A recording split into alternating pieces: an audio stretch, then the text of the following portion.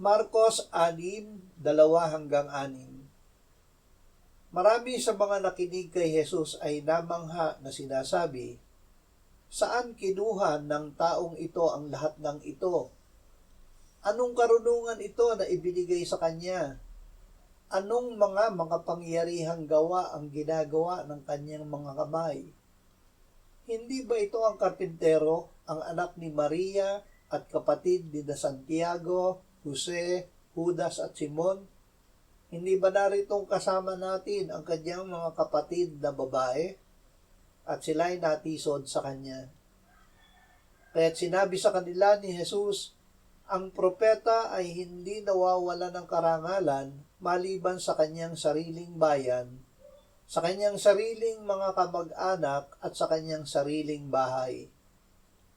Hindi siya nakagawa roon ng anumang makapangyarihang gawa maliban sa ipinatong niya ang kanyang kamay sa ilang mga may sakit at pinagaling sila nang gilala siya sa kanilang hindi pagsampalataya.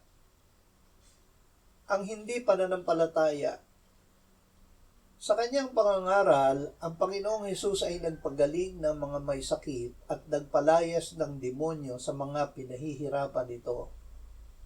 Ito ay mga makapangyarihang gawa, ngunit ito ay hindi niya nagawa sa kanyang sariling bayan.